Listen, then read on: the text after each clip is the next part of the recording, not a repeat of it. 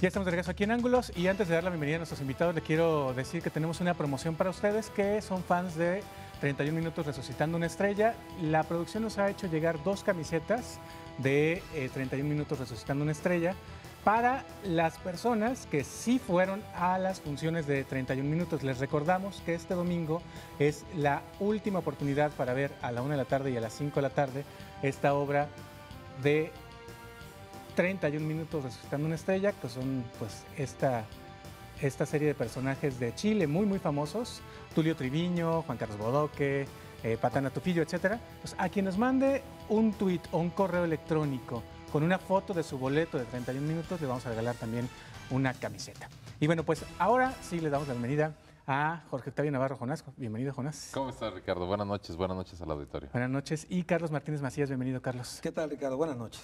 Bueno, pues hoy hay que decir que, bueno, teníamos otra vez contemplado a Miguel Castro, no está con nosotros, pero está el tema del asunto del Congreso, ¿no? A final de cuentas, entrevistamos ayer a Enrique Trejo y vimos por allí la nota en la que él decía, no, pues este asunto ya es un asunto que va a quedar en manos de los próximos legisladores, y el que lo termina resolviendo con una negociación es Miguel Castro, efectivamente un diputado próximo que va a entrar en vigor a partir del próximo 1 de noviembre su mandato, aunque toma protesta este jueves, y él es el que lo resuelve. Bueno, se nota el mérito de la negociación, ¿no? Todavía falta ver. Yo soy muy pesimista, o dicho de otro modo, muy poco optimista de los buenos resultados o de las buenas promesas que han hecho los legisladores que van a tomar protesta. La semana pasada, el miércoles, estaba aquí con nosotros Gildardo Guerrero. Hizo una serie de buenos propósitos. Miguel Castro ha hecho lo mismo, también Clemente Castañeda y también el mismo Enrique Velázquez. Todos ellos van a ser coordinadores. Y no es que dude personalmente de ellos. Me parece que no podemos ignorar, y la semana pasada intenté plantearlo, pero el tiempo se nos agotó. Pero creo que estamos nosotros de acuerdo en que hay una serie de intereses que cruzan transversalmente el Congreso. No es una voluntad única la de los diputados para poder resolver las cosas, conducirse con limpieza, con transparencia, llevar una administración, como decía Gildardo Guerrero y como ha propugnado Miguel Castro, una administración limpia que les permita dedicar la mayor parte de su atención a los asuntos legislativos. No es así. Hay grupos de poder que son como una suerte de satélites que están girando alrededor del propio poder legislativo, y bueno, las mismas dirigencias de los partidos son uno de ellos, los mismos patronazgos políticos que son a veces como las caras más visibles de ciertos grupos o fracciones dentro de los propios partidos que tienen sus intereses en el Congreso. No es que sea imposible, nada más cito que esto que estamos viendo ahora es como una suerte de nudo que está finalmente desenvolviéndose o se está resolviendo, el asunto del pago a los supernumerarios, pero pues todavía nos queda pendiente todo el recorte prometido. Yo recuerdo la cifra que dio Miguel Castro, 500 trabajadores del Congreso deben salir porque no son necesarios. Esos son unos cálculos que él hizo y los otros diputados no han querido admitirlo abiertamente, y ese cálculo de Miguel Castro fue rechazado por el que hoy es coordinador de los diputados del PRI. Todavía, le quedan unas horas, pero todavía es el señor Marrufo. Dijo, no, bueno, hasta que llegue.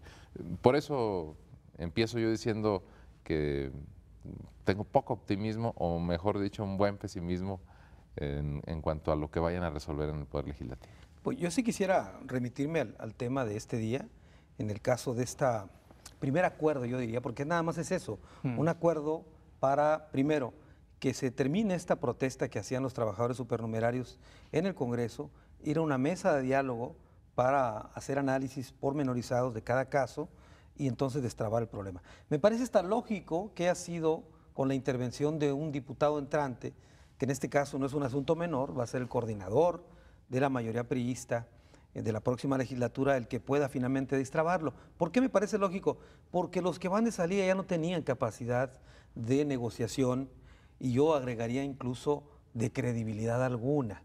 En ese sentido, me parece lógico, insisto, porque los que van entrando sí pueden, por lo menos, establecer algún tipo de negociación, ni modo, así es esto de la política con el gobierno del Estado, que muy probablemente de ahí van a venir los fondos, no van a venir de otro lado. Entonces, los diputados salientes no tenían cómo ya congraciarse con el gobernador y conseguir recursos, porque todo aquello lo que el gobernador necesitaba ya se lo habían dado, y ni aún así pudieron conseguir los recursos. Luego entonces sería el que entraba que podía tener este tipo de negociaciones y acuerdos. Si hay un asunto que me llama la atención, Ricardo, y es el que tiene que ver con este análisis que van a hacer caso por caso. Incluso en la nota que escuchábamos hace un momento, hablaba Clemente Castañeda y creo que lo definía muy bien. Hay que revisar cada caso porque hay supernumerarios muy talentosos que no tendrían por qué dejarlos ir al Congreso. Por el contrario, hay quienes son aviadores, que habrá que ubicarlos, identificarlos y por supuesto aplicarles ahora sí que el rigor de la ley. Pero yo iría más allá, que los trabajadores de base, los sindicalizados que están en el Congreso, son inamovibles. Cuando se habla de un recorte de personal del Congreso, solamente tiene que ser con supernumerarios. No pueden ser trabajadores que tienen base o sindicalizados, que están ahí por X circunstancias. No pueden entrar ahí, porque luego entonces, Jonás, habría gente muy talentosa que está en el carácter de ser supernumerario y habría quienes, la verdad, sin ser aviadores, son realmente, pueden ser considerados hasta técnicamente aviador por lo poco que aportan al Congreso, ¿no? Claro. De hecho, ahora que lo mencionas con respecto a la capacidad de negociación de los actuales diputados y de la legitimidad que tenían ante los propios trabajadores supernumerarios, pues yo tengo datos, estoy platicando con un par de ellos que están muy, muy sentidos porque sienten que en estos 2 últimos meses sus jefes, para los que trabajaban directamente, que son los diputados, los dejaron solos. Y los diputados de todos los partidos, de las 4 fracciones parlamentarias representadas en este momento, escogieron a esos consentidos.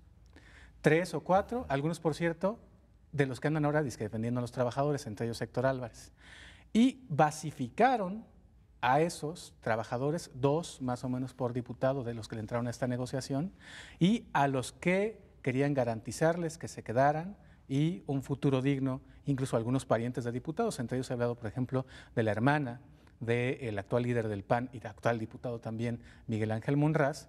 Pues no solo los basificaron, sino que los sindicalizaron y negociaron con la líder sindical, pues ahí un intercambio de favores, ¿no? Para que se quedaran estos sindicalizados, algunos de los cuales ellos identifican, y por eso lo traigo a colación, Carlos, pues francamente como aviadores, que no los vieron en toda la legislatura haciendo absolutamente nada, y ahora no solo tienen plaza, sino que tienen plaza sindical, por lo cual se volvieron inamovibles y tienen el futuro asegurado con el esquema actual que está trabajando. Sí, porque luego se ha tomado el término, y quiero insistir, de supernumerario como un sinónimo de aviador. Exacto. O de gente que no sirve para nada. Al rato van a salir, a propósito de las playeras, con una que diga yo soy supernumerario, ¿no? No, me parece que hay que irnos con cuidado en ese tipo de temas. Y yo sí nada más le pondría comillas este tema de que todo trabajador del Congreso que tenga base o que sea sindicalizado, pues es eso, inamovible. Me parece que no es así. No. Evidentemente el marco legal no les da ninguna inamovilidad, les da garantías para que en caso de que se rompa por una razón u otra la relación laboral, pues se cumpla con el pago de ley, con todo lo que corresponda.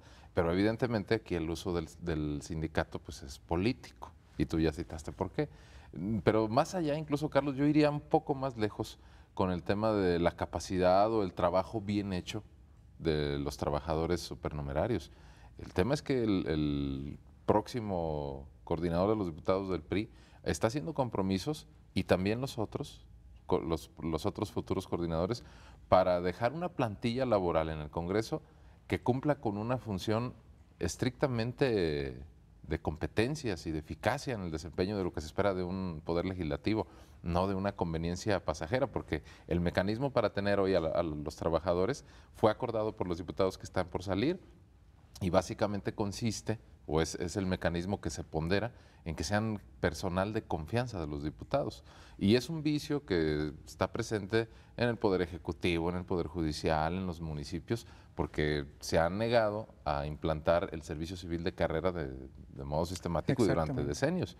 Si tuviéramos un Poder Legislativo con una plantilla razonablemente pues, eficaz, de gente que hubiera presentado exámenes, que tuviera una capacidad probada, que tuviera una capacitación específica para el cargo que desempeña, los diputados tendrían que disminuir o reducir notablemente el círculo político de intercambios de favores, porque sabrían que de llegar al cargo, pues ya habría un personal ahí capacitado para cualquier tarea en comisiones, en cualquiera de los departamentos. Sí, aunque del Congreso. lamentablemente en política siempre es como de, pues sí, pero esté quien esté, yo llevo a mis cuates Sí, y traigo a claro, mi gente, ¿no? claro. Bueno, vamos a una pausa, después de la pausa seguiremos platicando acerca de este asunto y ahorita que hablaba Jonás acerca del tema me brincó el asunto. A ver, Miguel Castro llegó a esta negociación y la acordó previamente con los otros coordinadores o consiguió un problema, más bien tapando un hoyo Ya destapó. con la posibilidad de destapar otro, es decir, pagándoles a los trabajadores lo que se les debe ahorita sin tener para pagar luego